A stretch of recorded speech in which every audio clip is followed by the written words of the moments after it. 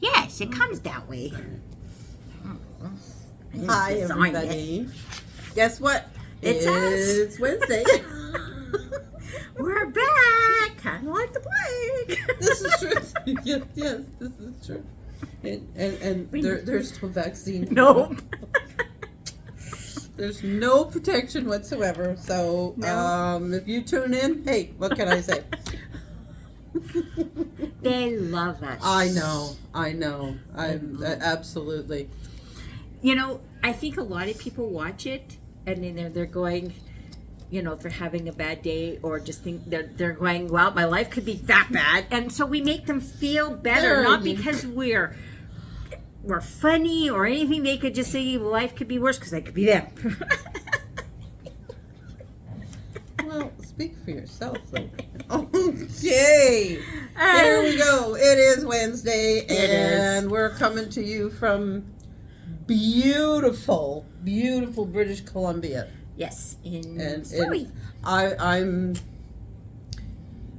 now everybody knows I don't mind the rain, and We're so getting an when I atmospheric say this, river on the weekend. I hope so, because I am really tired of the heat. I'm tired of this. It's fall. I don't know who's messed with what, but we need to have regular weather. Because you know what? We're going to pay for this if it doesn't start to rain soon. I'm just saying. Okay. It's going to be good because my Brussels sprouts are like... Well, that's really quickly. Oh, no. It's just because it's starting to cool down, right? Yeah. And Brussels sprouts grow best in the cool. Yes, they do. And so they're starting to get the little buds. And if it's hot, when they... but they don't grow nice, tight little sprouts. Yeah. The little Brussels, the Brussels are loose. And you want nice, tight Brussels. And so now it's getting... and they also go very bitter, you know. Yeah. And for... a lot of people, I mean, you either like Brussels sprouts or you don't, but if you like them and they're bitter, then it's just disappointing. So now it's getting to the point where we're getting the little Brussels. And so with lots of rain coming and the cooler temperatures, it's perfect and it's ideal for those little Brussels to be forming. So I'm going to get lots of little Brussels. Ooh, yay. Do you like Brussels sprouts? I do. I really I might enjoy share Brussels. some Brussels sprouts. Well, I would appreciate that because I do like Brussels sprouts. And just in case anybody was curious, I am now able to sew in my home. Yay! Yes. She can sew. I got hot water. Woohoo! We're good. Life is good. Life is good, right? Okay, so moving on. We have one of our announcements for this week has to do with Teach the World to Sew. Yeah, so there's a day coming up. It's October 22nd. It's a Wednesday. And so Viking, Surger, FAF, whatever, SVP has picked this day as a Teach the World to Sew. Yeah. So it's designed to get people who are not sewers, get sewers into loving sewing. We're taking them to the dark side. I mean, the exciting side, the creative side. Yes. Okay, so what it's going to entail is we're going to have sessions throughout the day. We're going to open up the first one around 10 o'clock. And so it's to get new people into sewing. Yes. So there's going to be a really cute tote bag. I don't think there's a picture of it here. Well, it is in black and white, so it might not show it too well. Well, no, it's in pieces, but I don't know if it's... The finished product? Oh, okay. It's kind of here at the end. So you can kind of somewhat see it. Yeah. Okay, so it's going to be, it's just a simple tote bag. So you're going to come in and we're going to have a kit to sew the tote bag. So here's the deal.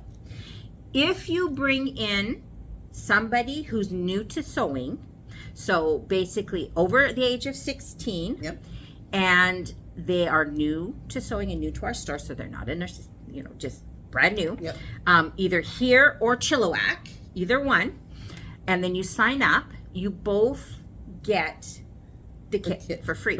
Now, if you would like to come and join us, you can still come and join us. Or other than that, you can pay for the kit and join us.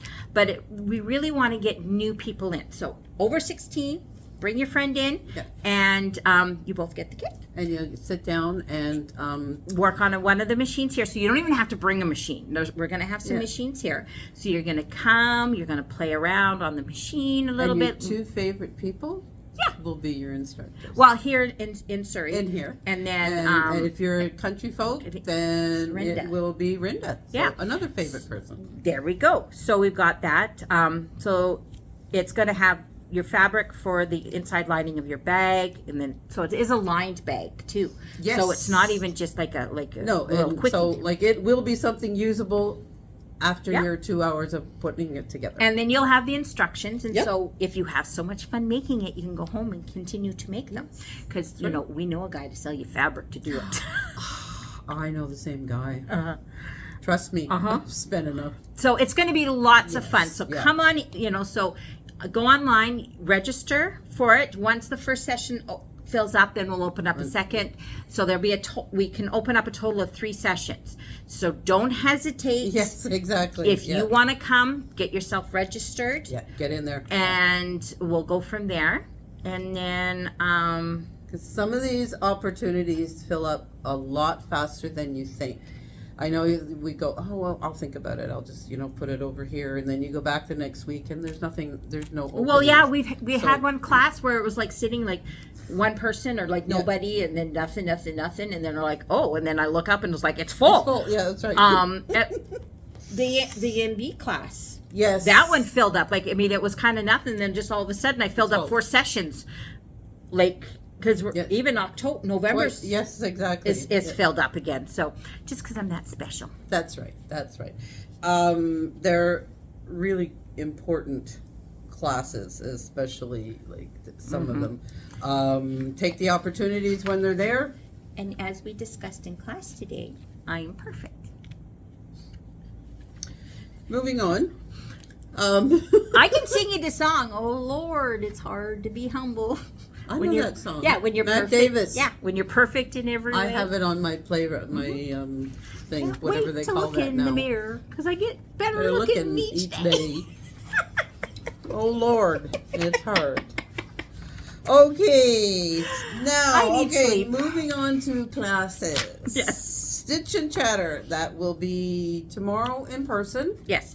And because I forgot, I'm going to remind everybody. Friday for Zoom. Yes. Okay. So apparently she sent out an email. Yes. So did. If you are registered, you would have received an email that it's Friday. So from now until the end of the year, the Zoom class has been moved to Friday night. Okay. Just because I unfortunately can't. Have we got that? Does the calendar reflect that too? It was working. It was being worked on. Okay. All right. So it's Friday night. The Zoom link still works that you were originally get, but I did send the Zoom link and then that. So it may say, if it says the 18th, don't worry about it. That, because I can open it. I mean, I can open up last month's Zoom link if I really want to. So don't worry about the date. What it says on the Zoom link, it is Friday night. Okay. And then it's the 20th. Yes. In Charlotte. Yes, that's right. Okay. Next up is the tree skirt. And one of the things I have yet to comment on about the tree skirts that you're teaching. The embroidery ones. The embroidery one. Now, I made one specifically to match Heidi's, my daughter's, Christmas decor. That's the thing. You can really, really design it to fit somebody's room, their house, whatever colors they chose, because that's exactly what I did with Heidi's. We have someone actually in the class, we were talking about it yesterday, because she wants to do the snowman one, but all the ones that she's seen, the snowman are blue based. The snowmans are, the background or whatever. And she goes, but my Christmas decorations are green, red and green. So we're picking flowers and we're picking flowers. We're picking fabric that's going to match. So just because you're like, what you've seen or everyone is like, for example, the snowman is blue. Yeah. It doesn't mean it can't be other colors. You change it. Same with the gingerbread one. It doesn't have to necessarily be brown. No. If you don't want it, it can be something else. It's your choice. Like Heidi's decorations are silvers and pinks. Mm-hmm. That's what her tree skirt is, and it works remarkably well with the tree. But that's the whole point, right? We all decorate differently, and so like just because this is what it says here or showing you, go out and pick your own. Yep. And each one of my personalities decorates different too. That's There you why go. I do have different That's designs why she has in so each much room. going on in the house. You know, you got to feed the personalities, I right? do. Some of them get nasty when they don't get their way. So I've heard. The beginner quilt. It's a rail fence, and there are 2 classes up, but there are only 2 spots left in the afternoon one. So if you've been thinking about it, this might be the time to get your name on that list and take that class. Rita teaches a great first for beginner quilt, and it's a rail fence. It's a fun pattern. I've taken her classes, and she's really good because she can teach someone who's perfect. Oh, wow. See, that's how good Rita is. Now, the next Stitch and Sews for the next few Mondays are up on the roster for here in Surrey. The Bargello. And now, Rinda's Bargello. This is one that I find absolutely fascinating. It's I'm sorry. We really shouldn't film think too I'd later in be- the no, no. afternoon. You think I'd be used to it by now, but no, apparently I'm not. But her colors and her fabric choices gorgeous. are just perfect. Like they come together so well. I'm not a green and red Christmas Oh, person. Well, I know you are, but I would even work Yeah. just it really works. Yeah, it is. And the placemat pattern Yeah. is really quite sizable. Like this is fabulous.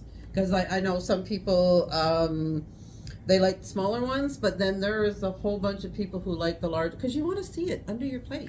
You do. Want to see or these you colors. have children and husbands who are messy eaters that you pretty much need a bigger one because, It's going to end up all over something. So, Yes.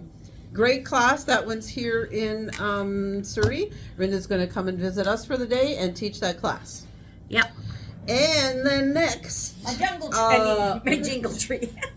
No, that jingle tree is yours. No, this is my red truck. that's right. This is the classic Christmas. I gotta finish it, but It is so cute. I'm It really already is. designing mine. So and I'm doing another one. I picked some cool fabric for it. Well, there is some cool fabric here. The only thing that I need is red. I have no red fabric. Go figure. Well, you can do the truck, whatever. the amount Again, of we've got fabric someone I- who's doing a green truck. Yes, but the red truck has a it's It just does, yeah. but I mean, you can do it anything. I mean, whatever. You need a blue truck, a black truck, a yellow truck. No blue. Never blue. I don't like blue. I'm doing a blue truck now just because. Okay, jingle tree. Yes. Now, in case Did you find your anybody- pattern? I did. Yay! I did. And I found everything else. The glue gun, the bells, everything. So Awesome. I'm good to go. So if anybody ever wanted to come and sit in on a class with me, this is your first opportunity. It might be your last. It's a go. So that is October the 10th. So it's a Friday. So come and hang out. Have some fun. It really is a fun pattern. Computer skills. So that one is coming up. It is PC based, but if you do have a Mac and you want to come, because it's not just about unzipping folders. I mean, that's sometimes ends up being a bigger part because we have issues. But we talk about how to organize your files, how to, all those kind of things. So you will get something out of the class, even if it's not necessarily about unzipping, those kind of things. So you can come for that. So there's just a couple of spots left in that one, if you want that one. And then Enchanted Winter from Kimberbell. Yeah, that would be fun. That one would be a fun class. When you were teaching the class last week on getting ready to do Kimberbell, Yes. every time I looked at some of the Kimberbell patterns, again, they're very colorful. That's not a me thing. But you pointed out something that I found very interesting in the instruction part is looking to where it's placed, because that's where the fabric choices are designed for. And I thought, oh, that made something click for me that hadn't clicked before. So again, another good thing, getting started that class, I learned some things that I just didn't make sense before, but that really, really helped a lot. I've had so many people who've talked to me, and that's why we did the classes, like when they're doing this, that I would like to do that, but it's just so overwhelming. And those books are very overwhelming. Yeah, because it's not a couple of sheets of paper. These are books. Yeah, I mean, when you're sitting there, you've got like 34 fabrics and several blocks, and it just gets so overwhelming, and that's why we did the class. And so we'll probably have it again, probably in the new year. Probably, yeah. It would be good to do it again because it was so very valuable. It really was. And like, I mean, I've been embroidering for a long time, but just hearing that was enough for me to have got something out of the entire class, because there's a reason for the color choices in it, because it just brings the whole thing together. Yep. So. Alrighty, so we have an interesting topic today. It's always people, this is a very common question, very common thing that people question. Wash or don't wash?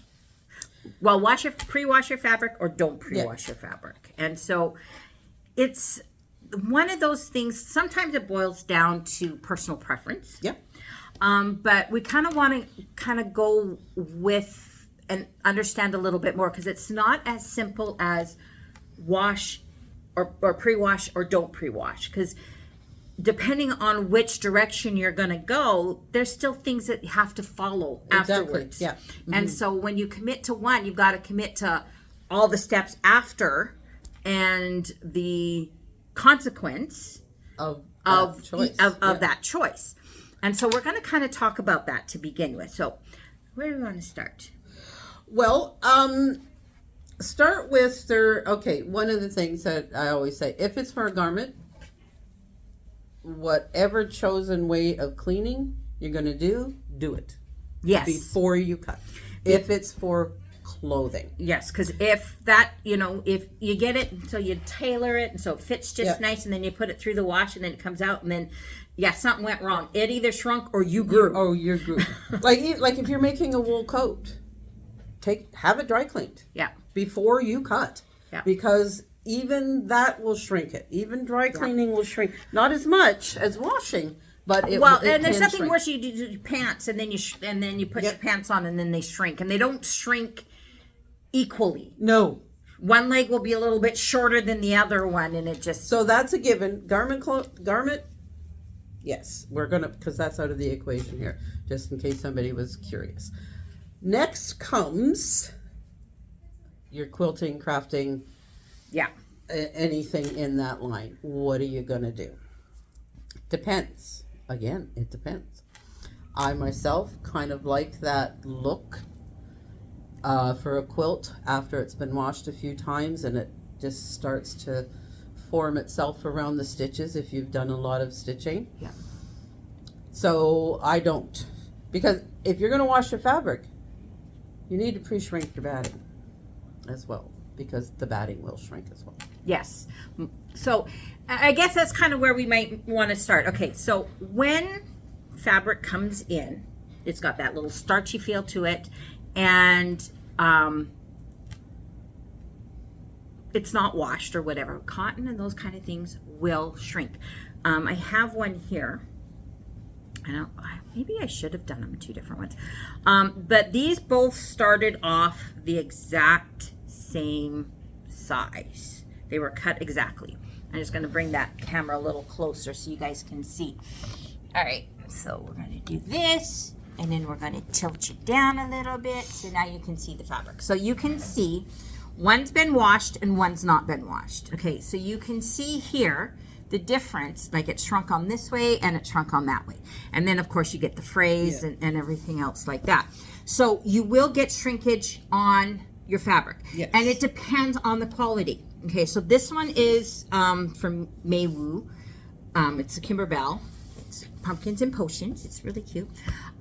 There's very, very high quality cotton. Yep. Then there's the low quality cotton, and then there's kind of the mid-range. Maywu is kind of one of those mid-range. And so you can see there is some shrinkage, not necessarily a lot. Right. Higher quality cottons may not shrink quite as much. Your lower quality cottons, it might be like this. You could lose a lot. You can lose, yeah. And so what ends up happening is if you are using a mixture of your different fabrics and you don't pre-wash necessarily, and you use a cheaper one, like the lower quality ones and some higher ones, you'll get that different shrinkage. So that is something to keep in mind beforehand. Going, okay, when I make this quilt, I got some of these and I'm mixing them. You may need to pre-wash all of them. Yes. Or at least the lower quality ones, because you're going to get so much shrinkage on that, and then it's just going to pull. Yes. Okay. There is a point where it distorts. It distorts and everything else like that. So, and we'll talk about like how you can restore that. So that's one of the things, and then also what you plan on doing with it afterwards. Exactly. Yes. We've talked back and forth, and like when we pre-wash or we don't pre-wash. I don't pre-wash my fabric.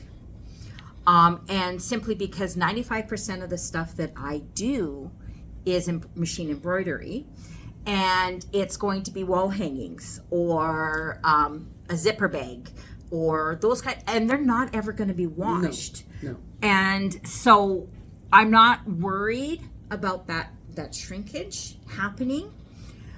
And I don't want to put the effort, which we'll talk about, on putting it back to afterwards. Pristine look that came to you.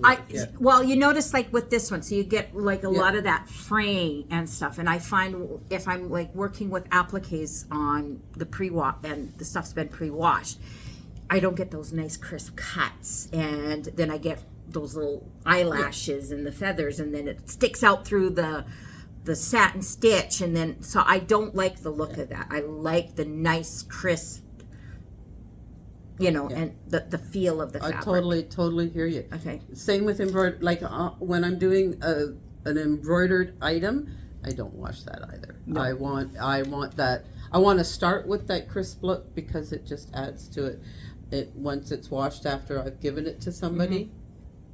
At least they saw it in that pristine and look. Then if you're doing like a quilt, then yes, once you, because that is going to get washed, because if it quilt, like even when it's just like the bed spread, the quilts, used. Table runners or whatever, those are going to get washed. So once you know that it's going to go through the wash once, you're going to get that little bit of the shrinkage, and then you get that ripply look, or that I like that look. That shows me that it is homemade. And it's been loved. And it's been, so to me, that is a difference, and it's that comfort or whatever. So I don't mind the look. There are some people that do, and that's okay. It's, potatoes are potatoes. Whatever. It's not, neither is right or wrong. You just need to know. It's whatever's working for you. It is whatever's working for you. And so if you don't like that look and you want it to be perfectly smooth, then you do need to pre-wash your batting.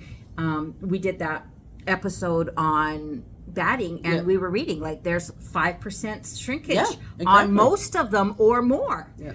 And so if you pre-wash your fabric and you get rid of that 5-10% shrinkage, and then you don't do that with your batting, you're still going to get shrinkage, and now it's going to just look funny.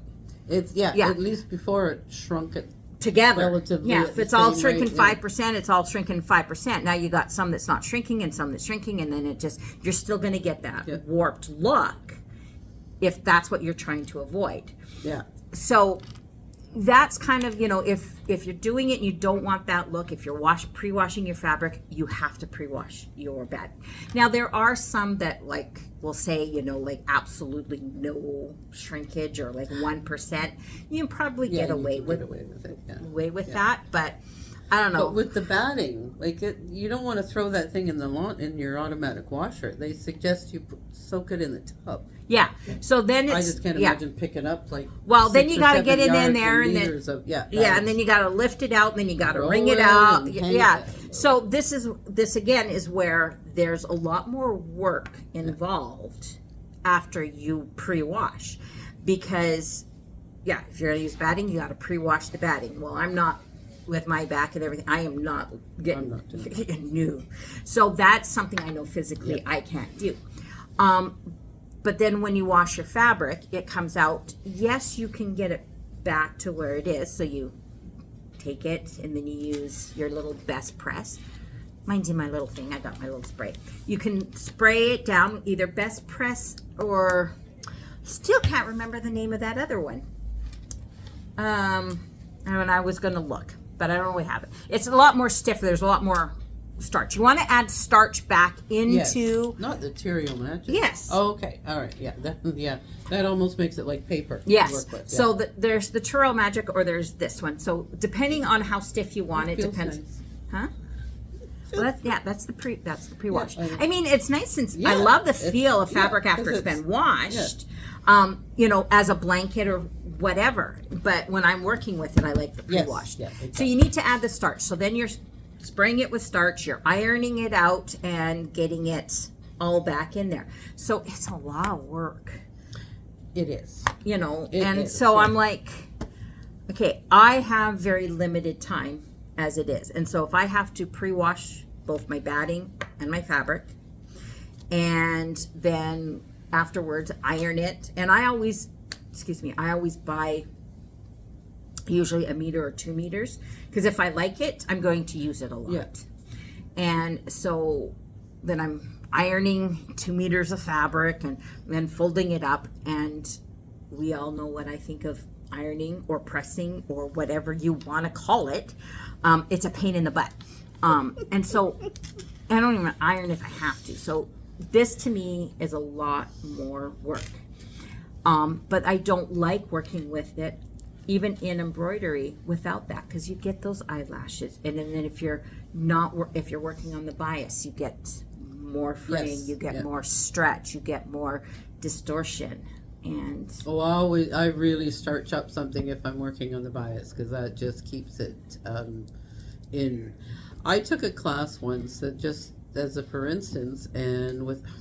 Can't remember the guy's name, it's so long ago, but he does a lot of work with denim, and he says he would wash his denim and dry it a minimum of 3 times before he cut, just because denim will shrink after the initial wash. It can still, and so before he wasted the time, he washed and dried 3 times. And he noticed that it really needed to be at least 3 times. Yeah. So that's what needed. Excuse me. Sorry. So no right or wrong. No, exactly. It comes down to your own preference. Your own preference. Do you like that well-lived, loved look in a quilt? I do. To me, it just looks cozy and homey, and maybe that's what it is. It just brings back memories, and that's what I want. Or do you like that pristine look all the time? Sorry, it's not going to stay that way, but and that's true. So it's just knowing, like, if I go this direction, this is what I need to take and do, this is what I need to be mindful of. You pre-wash it, you're going to have that starches out of it, so you're going to have a little bit harder time working on the bias. You're going to have a little bit harder time getting those nice crisp points because that starch is not there. So then you need to iron it and put that starch back into it, which will help. You don't pre-wash it, which is fine. These are handy dandy little. So you can do that. You don't pre-wash it. You're going to get that little wrinkled look and that used, It's all in what you're looking for. It's like anything that you're sewing, like you think it through first, right? Yes. This because you've chosen the fabric, you've spent money on the fabric. Think through what you ultimately want it to be at the other end, and then you make your decision on to whether or not you are going to pre-wash or you're just going to work with it